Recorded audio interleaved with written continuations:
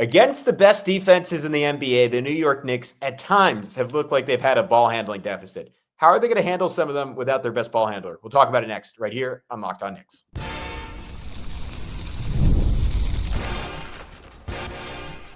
You are Locked On Knicks, your daily New York Knicks podcast, part of the Locked On Podcast Network. Your team every day. You are locked on to the New York Knicks, and my name is Gavin Schall. I'm a New York City native, currently in New York City. That's exciting, and a credentialed media member that's been covering the Knicks for nearly a decade. He is Kris Pursiainen. He is an NBA reporter for Clutch Points, a couple of other outlets, and he's been covering the Knicks for a long time. This is Locked On Knicks, part of the Locked On Podcast Network, your team every day. And now, the number one sports podcast network in the world. So that's cool. Your daily podcast on the New York Knicks, giving you the most detailed insight on your favorite team at least 5 days a week. This week, we're going to go over 5 days. So be sure to join thousands of other Knicks fans in subscribing on both YouTube and your favorite podcast platform for the best insight on your favorite team every single day. We are rapidly approaching 10,000. I like big whole numbers. I know Kris likes big whole numbers. So please subscribe on YouTube, as it is the single best way you can help us grow the show. And we really, really appreciate it. Today's episode is brought to you by our friends over at FanDuel. Right now, new customers can bet just $5. If your bet wins, you'll get $300 of bonus bets to use across the app. Head to FanDuel.com to get started. All right, on today's episode, this one's going to be pretty... I've personally always been looking forward to 9,987. All right, Kris is a freak, but just something about those descending numbers, man. The 9987. Yeah, okay, there's something to that. Yeah, that's like another specific type of neurodivergency, probably. But put the rundown in the bag. End my tangent now. That's fair. All right, on this episode, we're gonna talk numbers, and we're gonna talk Jalen Brunson's injury and how the Knicks have struggled against the most physical defense in the NBA. I gave some thoughts on that yesterday. I'm really interested to hear your thoughts, Kris, as you were actually there in person to watch that brutal game against the Orlando Magic. But I figured we would start with Jalen Brunson. Since we last spoke on this pod, we got the news that it is a grade 1 sprain for Jalen. Google AI, which I don't think is a reliable source, but I didn't see a lot of credible. I saw James Edwards had 6 days, or 4 to 5 days to 3 weeks, which is a wide range. Google AI had 1 week to 3 weeks on a grade 1 ankle sprain. Jalen is obviously typically like a very quick healer. The Knicks, though, it's worth noting, were very conservative in bringing him back last year, which was obviously the right decision ultimately. And even with that, he went on to repeatedly hurt the same ankle throughout the playoffs. It is the same ankle that is hurt again. I imagine the Knicks are going to be extremely cautious here. But regardless of how long he's out, what is because we were kind of discussing this pre-show, what was your just initial reaction to hearing that news? And what are sort of the first questions percolating in your head, knowing he's going to miss some time?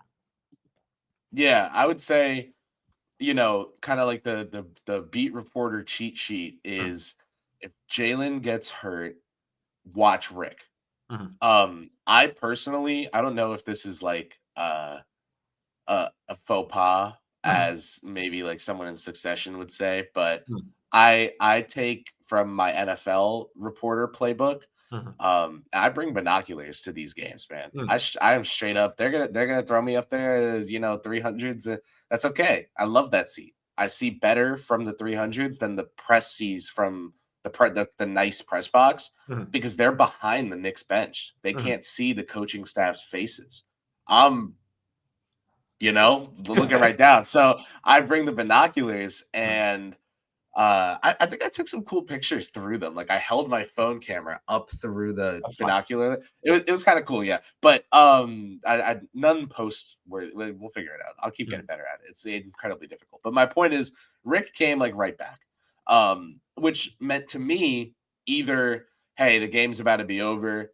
This is actually serious. Let's have this assistant coach come right back and coach his team through the rest of the game because he'll have time after the game to attend to Jalen. And then I thought to myself, if it was super actually serious, what do they need Rick for? They're down 20 with 1 minute and 50 seconds left. So he's probably not going to come back. If I had to guess personally, he's probably not going to come back if Jalen's injury is legitimately actually very serious. And so he did. He came right back out to the bench. And I was like, okay, either it's one of these things that's nothing, or the truth lies somewhere in the middle, which is they got a very straightforward diagnosis early on, or understanding early on, that this would be like a slight problem. After the game, we had a reporter see Jalen Brunson leaving the arena on crutches and in a walking boot.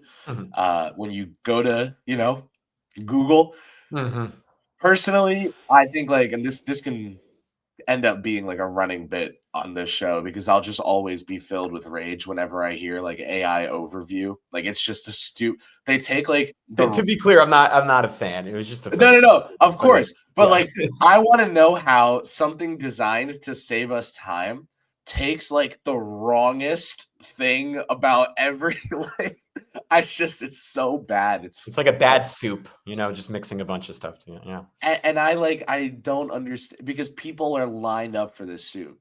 The line is down the block. But anyway, I just looking up on Google myself, it's okay, some inflammation, some swelling, seems cookie cutter, seems run of the mill. My first thoughts outside of the injury itself were, well, you guys were moving the ball a crap ton and trying to get him as many open shots as possible. Obviously, it's hard to, even if one of your running backs is Derrick Henry, it's hard to do running back by committee, without that guy all of a sudden. That's a big difference. That said, this is also still kind of what they were doing, is running back by committee. So keep moving the ball, keep hoping that you can play with the pace that leaves defenses a step behind. And what personnel can help you do that? I'm sure we'll talk about that today. Yeah, my first thought went to Karl-Anthony Towns, who obviously, it's been a little bit of a mixed bag for him to start this year. I've mostly felt pretty good about how he's played, particularly defensively, and some of that is just spending more time on the court with Mitchell Robinson. Some of that is just not being asked to do inherently when you're on the court with Mitch Moore. You're not being asked to do as much in terms of screen coverage, but I think his engagement level, his focus has been far from perfect on that end of the floor, but it's been a little bit better. Offensively, I know he's had his complaints. There have been specific nights. We've had our complaints. Orlando was a low point in some ways with the way Jonathan Isaac, very obviously to probably all 20,000 plus people in attendance at that game with you, also looking through their binoculars. Anyway, even if they didn't have binoculars, they could see Cat was very frustrated. He got thrown off his game. The most notable thing about his offense is that he shot terribly so far this year, 43% from the field, 33%, under 33% from three, has been good from the line, taking 6.4 free throws per game. That is the second highest mark of his career. That's been the saving grace. All that being said, I felt pretty good about Cat's process. I like the way he's been incorporated as a hub. I think the two-man game between him and Jalen has been growing and has become a bigger and bigger part of this offense, and largely leads to good stuff. Him and Deuce playing way more together, or I don't know, maybe just more impactful minutes together than they played under Tom Thibodeau. I haven't actually looked at the time, so I don't want to say that so definitively. They've developed a really nice two-man chemistry. Him and McHale ran a nice pick and roll last night for a layup. I've liked the ways Mike Brown has used Karl-Anthony Towns. That being said, again, the shooting hasn't been good. I think this is a golden opportunity for him to get on track. I know that's counterintuitive, because nominally defenses will be able to deploy more resources his way. We've highlighted, certainly on the pods of them with the XJ, Jalen consistently making those easy one read, hook passes when he's blitzed on a pick and pop with him and Cat that at times he was missing last year. So the shot difficulty could get harder. And maybe I'm biased because this is off a small sample size. It's only 15 games, but last season in 15 games without Jalen Brunson, Cat put up 25, 11, and 3, and he shot 51, 46, 82. And we saw in the playoffs, it felt like the times he played his best was when Jalen Brunson's off the floor. Obviously, that's not something you want to encourage as a long-term trend. The best version of the Knicks is both of those guys playing at their best together, and because they're playing off each other.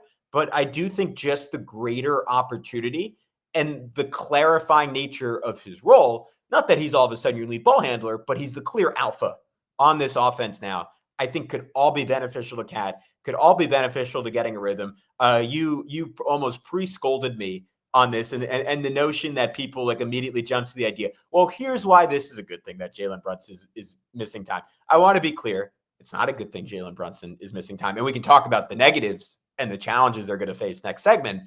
I don't know why, though. The first thing that came into my head was like, this is a good window of opportunity for Karl-Anthony Towns to find his rhythm. We're going to talk about that more in just a sec. We're going to talk about the Knicks' issues against high-pressure defenses and how that could be exacerbated without Jalen Brunson and what solutions the Knicks might find. We'll get into it all in just a sec right here on Locked On Knicks. But first, we want to tell you about our good friends over at Wayfair. The holiday season is right around the corner, and that means it's time to get your home ready. Whether you need more seating for guests, cozy new linens, or fun serveware for holiday hosting, Wayfair's Black Friday sale is here to help you make your space shine. And the best part, you don't have to wait. Wayfair's Black Friday deals are happening all month long with up to 70% off everything from sofas to spatulas.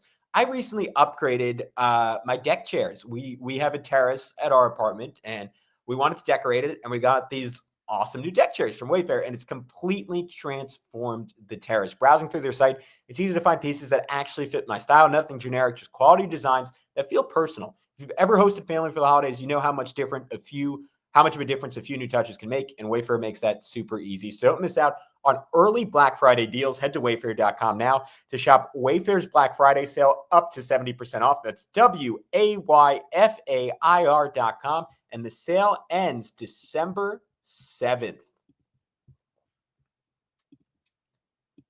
All right, what's up? We are back here on Locked On Knicks. Gavin, Schall, Kris, Pursiainen, and Kris, I'll throw it to you. If you want to talk a little bit about where they're going to be strained without Jalen and how this certainly hurts them as they're trying to find an identity offensively against the better teams in the league, because it seems against the lesser teams in the league, they have a very clear-cut identity and they know how to execute. Or you want to expand on where I was going and just like one player that really stands out to you and has a window of opportunity because Jalen Brunson's hurt. Sure, yeah. I mean, I'm kind of unsure about the second one, right? Mm-hmm. Because I don't know who's going to start. Mm-hmm. I think McBride, Landry Shamet has been the spot starter of choice when Mitchell Robinson is out with load management, because you've still got Brunson's ball handling in the starting lineup. So yeah, I was thinking Clarkson for that. Like, isn't he the closest facsimile you have on the bench to what Brunson does? Or you think Mike Brown value just extra shooting more than that? I think the Josh and Jordan bench unit is like going to get Mike through this season with the second unit. So, yeah, probably not Jordan. Tyler Kolek? So that's the out of the box thought. Is that the Knicks want so badly to leave McBride in the second unit with Clarkson and Hart that they start Kolek. I would venture to guess that because Brown seemingly after the first 4 games, Kolek played like 13, 11, 12, and 10 minutes in the first 4 games and then hasn't cleared 5 since then. He's played 6 of the 7 games since then and hasn't played more than 5 minutes in any of them. So like, probably not him, right? Mike Brown has talked about how he knows Tyler knows he needs to like really lock in defensively and really get into guys and be physical and not foul, which, the Knicks really struggled with against Orlando. That said, like, I don't know that Tyler's going to get that much of a bump. Could he get back into the rotation? Could he, for these next however many games, re-enter the rotation that he has seemingly already been kicked out of? He was a surprise member of it on opening night. Brown played like 11 guys, maybe as like a here damn, and then now as the season's gone on, he's been like unafraid to cut guys out of the rotation if it means sticking to 9 or 10 guys or whatever he was looking to do that night. Like, he'll talk about, okay, I want to play 9.5 guys. What does that actually mean? So far, it's meant that half guy plays only in the first half. For Gershon Yabusele, that's been pretty much only in the first quarter. So we'll see, what happens here for the Knicks now that they kind of, I'm sure internally are aware of an amount of games that they're going to need to adjust for. But I guess I would start McBride and keep Jordan, Josh, Shamit, Yabu off the bench in hopes that those guys can just eat up enough innings. Like the thing with the Knicks right now is they're going to need, and maybe you disagree, but this is kind of what I was getting to earlier. So let's kind of like figure it out between us now. Is like, are they not just going to like, okay, Mike Brown before the season is like, I haven't installed any play calls to teach them the instincts of moving the ball, resetting the offense, not being afraid to just make a pass. Like, sometimes if you think you're not going to make the crosswalk when the numbers are counting down, you're back in New York City, Gavin. Yeah, I understand it. I got to be temporal, if you're in New York City and it's 4, 3, 2, 1 seconds, your instinct as a native New Yorker might be, there's a couple seconds after the timer anyway. I've got time to power walk it. Your instinct as, I remember one time I was with someone from Paducah, Kentucky, and their second ever time in New York City. And they're like, the thing said not to walk. And I was like, come on, let's go. And he was like, dude, dude. In Phoenix, it's so similar. People really like. I was like, you can look. There's no car. Like you have eyes. You still have eyes. You don't lose your eyes. They work when the thing is on. So anyway, my point is like you have instincts that you default to, right? The Knicks' instincts are, where's Jalen? So at the start of the season, Mike Brown has kind of accidentally perfectly prepared them for this. Are they not just going to like supercharge that? Are they not just going to pack a punch it and like, hey, we don't have a Saquon Barkley or an Alvin Kamara or a Derrick Henry. We don't have someone who can dance around the defense or dance right through them. But we have a lot of fresh legs, and we can send people out there to do break dancing or whatever and keep rotating them in and out. Like, is that not what they're going to do? Is just like pass the crap out of the ball and in hopes that the defense will slip up at some point? Or do you think that there's like some like hubcat Sabonis? Because I feel like that's the two ways this could go. Do you think Brown goes, Cat, screw it, we're going to get you passing reps and you're the hub now? I don't care if we go 1-8 in this stretch. Or do you think it's more like everybody get running? Jalen's out. None of you can create off the dribble. Well, you can run. Go ahead. Yeah, I don't think it's one or the other. I think it's all the above, because even with Jalen, we've seen all of the above, right? And we were just ranting and raving, and I'll be the first to blame myself on this. I probably didn't give enough credence to the fact that like they largely have not played good defenses in the early going. Like I double checked before we started. Only top 10 defenses they faced are the Celtics and the Heat. I think we probably both feel, I'll just speak for myself, I certainly feel Orlando's going to end up being a better defense than both those teams. Milwaukee, I don't know about Miami. Yeah. You're saying you think Miami will be a better defense than Orlando? Maybe. Yeah. Spo has those guys running out the goddamn gym right now. Yeah. Their offense is amazing. Their defense is good for what talent is on the roster. That's a good team.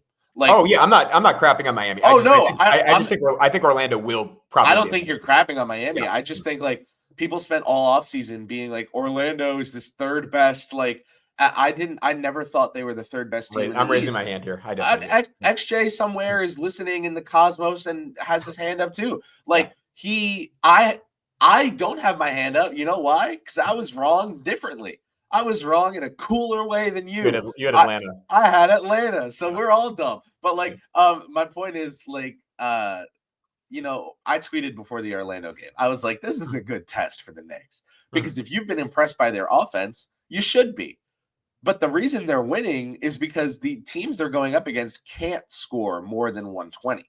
They're playing the Wolves and the Nets and the Grizzlies and these teams that like are good if they have a good defense like the Wolves.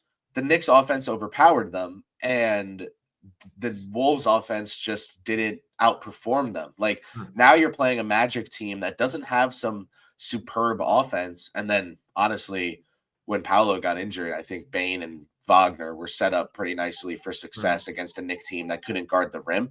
Paolo is like infamous for giving up easy rim looks because he like takes a step back mid-range shot for no reason. The Knicks gave up the driving lanes. That didn't happen, and the Magic took them. But like the Magic defense exists. It at least exists. Mm-hmm. And that was a stark difference from Memphis, who was let everyone through. Brooklyn, who was we don't know what's going on. You know, so even if Brooklyn wanted to guard them, I don't think they could have. So, you know, it's big difference. And it's not like, oh, the Knicks are physically incapable of handling a physical defense, but it is a little bit like, hey, guys, maybe this isn't the greatest offense of all time. Maybe 9 games weren't enough to like be like, hey, we know what this team looks like now. So none of it's meant to be condescending. It's all just like, you know, we got to remember what we're making statements about. Like, yeah, Tyler Kolek looked like he was part of the rotation through the first 4 games. He also didn't guard anyone. So like, then he was not in the rotation. And that can't be like some huge surprise or like, oh, what did he do behind the scenes? Like sometimes the answers are right in front of us. For the Knicks, I think they're going to keep doing what they've been doing, which is moving the rock.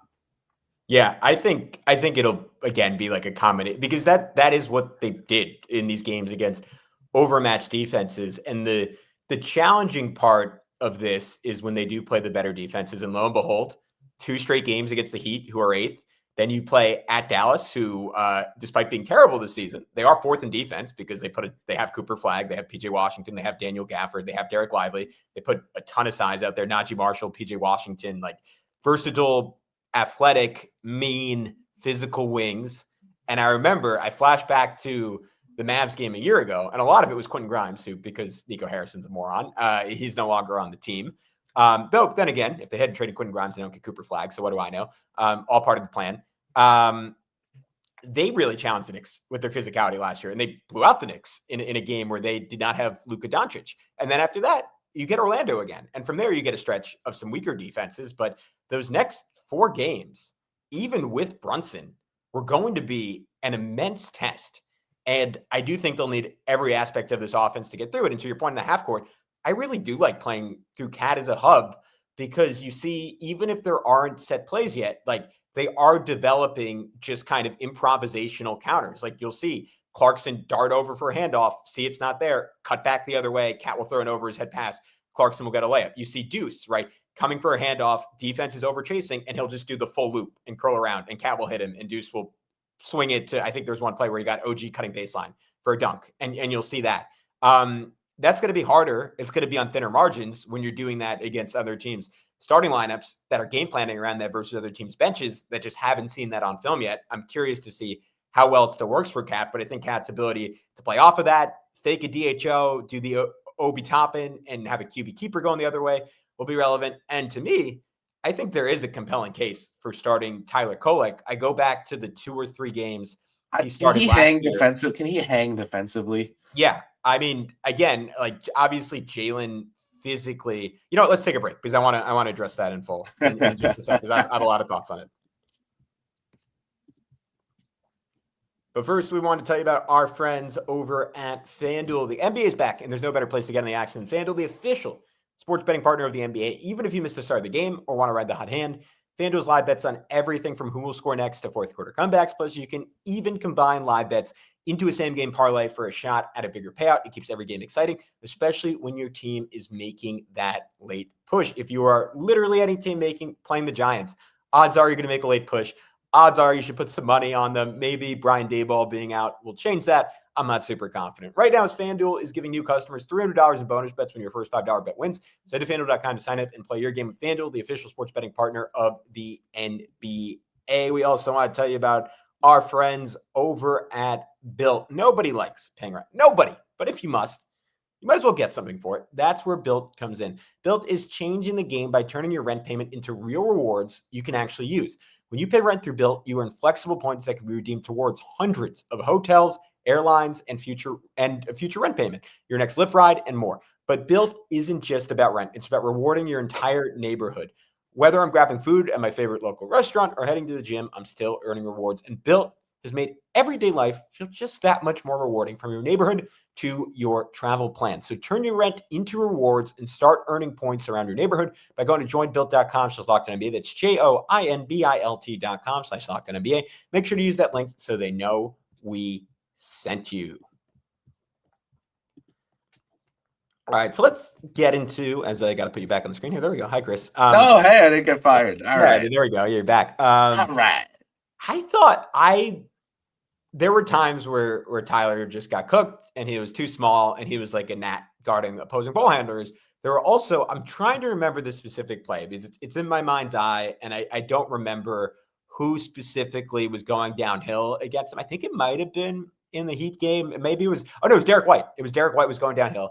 And Tyler did a great job backpedaling, beat him to the spot, stood his ground, took what I think should have been a charge. It wasn't, but he slowed Derek White down enough that Mikal could fly in and get a block. And the Knicks need that like 100th percentile effort from him every single possession to justify his presence on the floor. But the reason I lean into maybe starting him and playing him, and this is, to be clear, a ridiculous comparison because I'm going to compare him to someone who is a clear-cut, I think, top 10 to 12 player in the NBA, while Tyler Kolek is at this point a fringe NBA player, and there's a very real world where he's not in the league in 2 years, and he's somewhere in Estonia averaging 18 assists per game.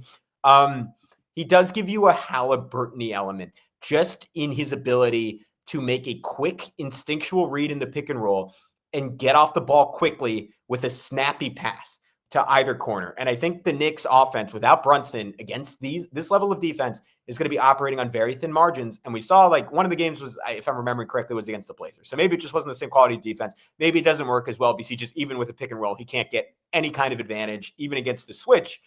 I do think the speed at which he gets off the ball relative to guys like Clarkson, relative to someone like Deuce, who I think has gotten better at the point guard stuff. But the Knicks have statistically sucked when Deuce has played point guard the last few years. They thrive when he's at the two. They've sucked when he's played point guard the last few years. I'd want to see Tyler Kolek with that starting group. We saw it last year, and I thought he performed, at least offensively, exceptionally well. And I want to see how this offense flies, both in the half court. And as good as Jalen has been about throwing those hit-ahead passes, I think Tyler Kolek is even better than him at that particular skill. I think he could crack open this Knicks offense. We saw OG really thrive last year, 23 points a game in 16 games without Jalen Brunson, 49, 39, 85 splits. We saw Mikal, 20 points a game without Jalen Brunson, 56, 38, 91 splits. These guys are capable of going off and being really efficient without Jalen. I think Kolek makes that plausible for them in a way the other options don't. And I just kind of want to see what it looks like. Maybe 10 minutes against the Heat is enough, and he's just not up for that level of play. But to me, against this level of defense, I think his mind is what the Knicks need at the point guard spot. I hear you. I mean, there is something to players who make the right decisions. Obviously, it's all scheme based, right? Like someone like that might provide more value on the Golden State Warriors in a read and react offense with Steve Kerr than they might on a team looking for isolation heavy scoring, like funnily enough, Tom Thibodeau, this is kind of an example, right, of how like you might think a million different things, but it might just not be who you are or what you do. Like he said all the time how much he wanted the Knicks to prioritize corner 3-pointers, but as a result of a million other things, yes, he did truly, was not a lie. He very much cared about corner 3-pointers, but the Knicks took the 27th most last season. Clearly was just not that much of a priority. Like Mike Brown is like, I don't care if we're 20 for 60. Like we're going to shoot a bunch. No matter what, just shoot it. Like, so I'm not saying one's better than the other, but it's like, it's clear that there are these differences in approach.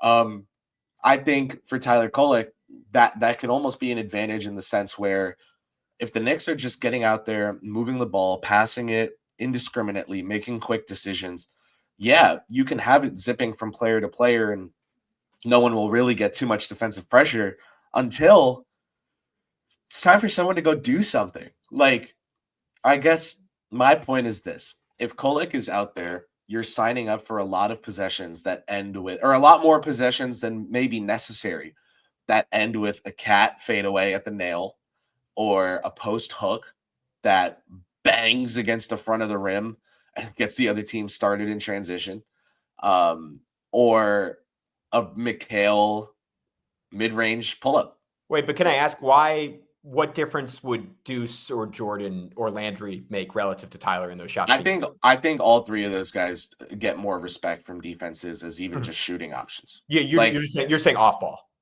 Yeah, like I think even with Kolek out there, like I think teams are fine letting him shoot a three at the end of the possession. Like if they made the Knicks work for 22 seconds and they get an open three for Tyler, like I think they're fine being like, hey, this kid, he's got to prove himself. He's nervous. He's nervous. I think they're fine playing him that way. So like the ceiling of the situation, or maybe even part of the floor, is that Kolek will hit these open shooters and, you know, he'll make these right reads. But it's like, let's think about what reads they're going to be to make. I'm not confident that defenses aren't going to stack the deck against Tyler Kolek, that they're not going to say, hey, you know, you look like you're forcing yourself to drive when you drive and you put up a shot. Go ahead and do that. That can be your team's offense. This whole 4-minute stretch you're in the game. Go ahead, go score as much as you want. We're going to take away what you're best at, which is making your teammates better.